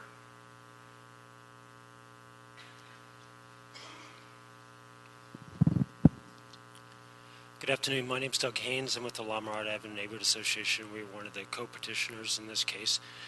We generally look forward to resolving this matter and moving forward with the Hollywood Community Plan and bringing it back for a true community plan that reflects the intent of the community. However, I'm concerned, and we are all concerned, that this is all just going to be torpedoed because of the general plan amendment that's been proposed. That absolutely is not necessary and would not be in conformance with what the judge ruled. And it says right in the staff report, this amendment is intended to overrule and supersede the trial court's decision. That was slightly modified by the City Planning Commission and said the trial court's intent. But it's the same thing, basically thumbing your nose at the court's decision and saying that we're going to overrule it. So I can't imagine that the city attorney put this in. I have too much respect for the city attorney's office, and I assume that it was put in otherwise by perhaps the business community. But the end result will be the opposite of what is hoped by all parties in this, and that we resolve it and move forward. Thank you. Thank you. Richard Spicer. My name is Richard Spicer.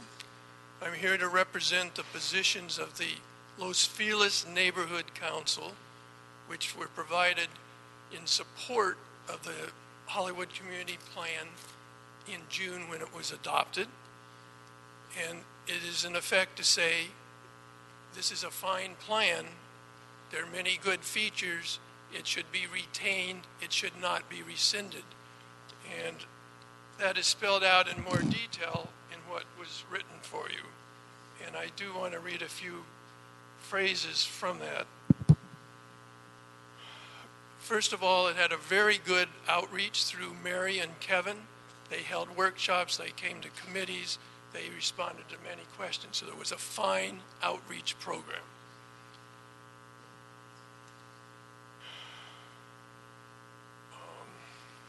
The current Hollywood Community Plan.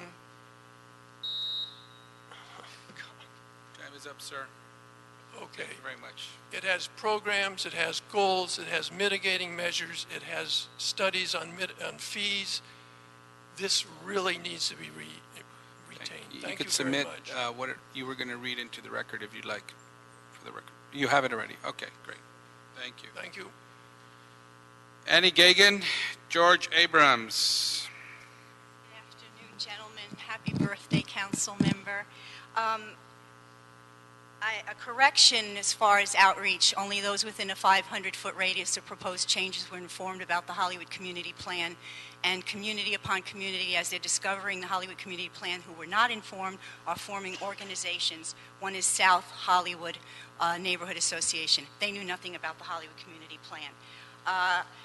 The general plan framework monitoring requirements are discussed in detail in the framework element's final environmental report, where monitoring is clearly described as a detailed mandatory and ongoing aspect of the general plan framework element, not a discretionary feature contingent upon available staffing. Among the many things that Judge Goodman were opposed to in the plan was the failure to include a program to monitor infrastructure, conditioning, public services, population, housing, employment, and status of the updates, goals, and policies as elaborated by the State of California General Plan Guidelines. Thank you. Thank you. George Abrams. I wish to address the infrastructure issue. Last night I saw an ambulance from Fire Station 41 coming to an emergency in my neighborhood, yet there were 3 fire stations closer to the address. Why does an ambulance from 4 fire stations away have to come to my neighborhood? It's because our infrastructure is grossly inadequate. $50 million was cut from the fire department budget, and a redeployment plan was implemented which called for fire trucks or ambulances at about 1/4 of the stations to be put out of service, while at the same time $52 million was given to billionaire Eli Broad for a parking structure. The city overall allocated $930 million to complete use of CRA projects, while the next year the city administrative officer projected a 4-year $984 million budget deficit. If the city council hadn't diverted billions in tax monies to developers to build their monstrosities instead of maintaining our decrepit infrastructure, then you wouldn't have to try to hide the awful truth. Thank you very much. Any other questions or comments on this? Okay. I want to thank planning for the quick response on this item. And this action will allow clarification to the recent litigation on this matter. And so with no objection, I'd like to move to approve this item and send to full council for consideration. Any objection? No objection, so ordered. Thank you. Hold on a second. I'm just waiting for you. So on this item, item number 3, correct? That's our last item on the Sure. agenda. That's an item in your district, Councilman. It's a general plan amendment and a zone change for 178-unit graduate housing and a child care facility. Thank you. Welcome.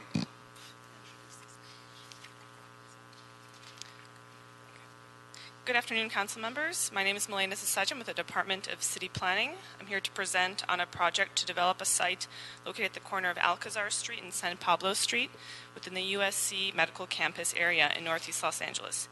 Here, the applicant requests a general plan amendment from limited industrial to general commercial and a zone change from CM-1 zoning to TQC2-2 zone. These developments would allow for a 2-phased development of the site. The first phase would occur on 2.8-acre portion of the site along Alcazar, allowing for a new 178-unit graduate student housing building with a 10,500 square foot child care facility. The second phase of the remaining 4.9 acres would be developed at a later time. Uses considered in the EIR for this portion of the site include either a hotel, medical and academic research facilities, or a combination of both. Any future project planned for this site will require a public hearing and approval from the City Planning Commission. In the interim, the site will remain as a fenced service parking lot. At its November 14th meeting, the City Planning Commission approved a site plan review and shared parking determination for the project, which included conditions addressing some of the community's concerns about parking and park impacts. The CPC was the final decision maker on those items, and they were not appealed. The CPC and the mayor also unanimously approved of the general plan amendment and zone change and recommend that the City Council approve the item. Thank you. Again, and a representative present, would you wish to speak? Do you want to say I approve the project? And that's enough? And as the applicant representative, you guys have 5 minutes to speak. You could take them, you could not take them, but it looks good from here, so. I'll make every attempt to be briefer in honor of Mr. Cedillo's birthday. You're not getting younger, but you are getting better. Honorable council members, good afternoon. Bill Delvac of Armbruster, Goldsmith & Delvac. I'm here today on behalf of ACC, American Campus Communities, the housing developer. We have our team here today, Charlie McDonald of American Campus Communities, our architect Dan McAllister, Sarah Drobis of Gibson Transportation, and my colleague Matt DeZurek. Lori Stone of USC, the property owner, is also here, and you'll hear from her in a minute. First, we want to recognize and thank staff for their valuable and excellent work on the project. Given the presentation, I will be brief. Just a word about ACC. They're a leader in student housing. Nationally, they own and operate 200 communities with more than 126,000 beds. This project will be built on a ground lease with USC, but ACC will develop the project at its own cost. The project replaces an existing parking lot, a portion of it, with a 178-unit student housing project. It includes a variety of configurations of units so that students can live alone, with spouses and children, or multiple roommates to save costs. It's a great project. It has social lounges, fitness center, all the amenities. The most important fact is there is a real need for this housing project. Currently, on the health sciences campus, there are only 96 beds, and these are outdated. And this is on a campus of more than 4,100 students and medical residents. The project will also have a child care facility for 100 to 150 students. While primarily intended to serve students, the project would also be open to employees and affiliates of the campus. ACC has conducted extensive outreach, met with in town hall meetings and with neighborhood councils any number of times. Both Lincoln Heights and LA 32 have voted to support the project. And in November, the CPC unanimously approved it. Regarding traffic and parking, the vast majority of the project's future residents commute to campus. By reducing the number of commuters, the project will reduce trips through the neighborhood. Unlike undergraduates, graduate and medical students generally are on campus all day, so their cars will be there all day. So this won't increase parking demand. Their cars are there whether or not they live on campus. We prepared a shared parking analysis that was reviewed and approved by Planning and DOT, and it demonstrates that the project would not increase parking demand on campus. CPC nonetheless did require that at least 130 spaces within 500 feet of the project site. There are a number of community benefits: $150 million investment, significant number of construction jobs, create a 24-hour campus community by allowing students to live there, provides hundreds of thousands of several $100,000 of Quimby fees, and finally it will stimulate the local economy by creating a consumer base of students living there that frequent local businesses. In conclusion, on behalf of ACC, we respectfully urge your committee to recommend approval of the project to the City Council. Again, we have our team here and we'd be pleased to answer any questions. Thank you. Thank you.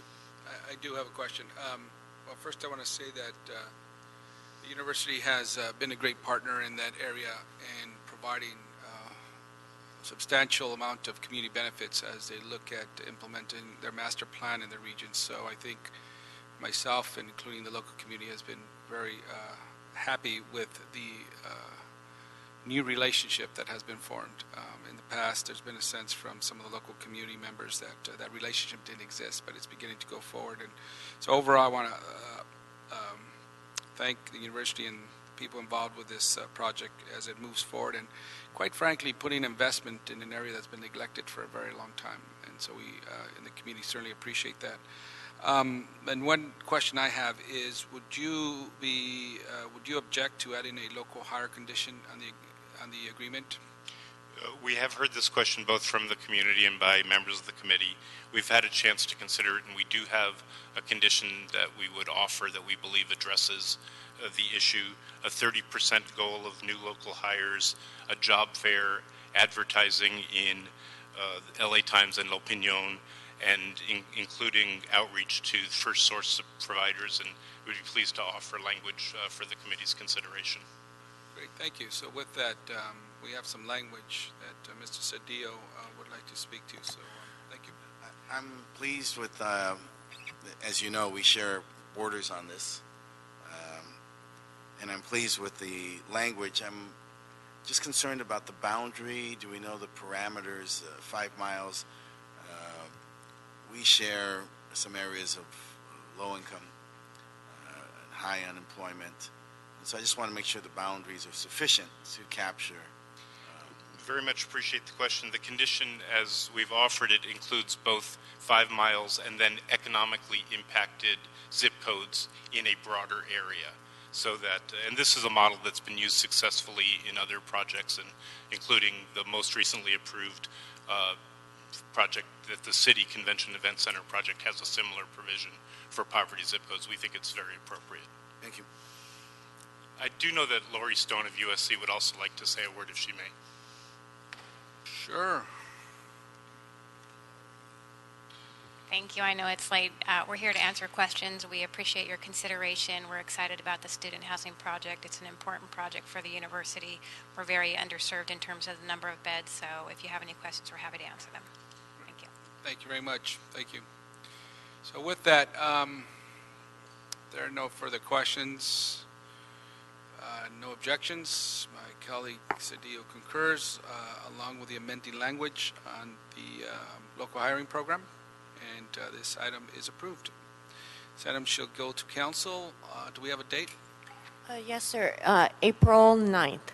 April 9th in council. Thank you. Any other items? No, Councilman, just public comment. Okay, no public comment. Mr. Chair, the card was retracted. Thank you very much. That adjourns this meeting. Thank you. Good job, Alan Bell.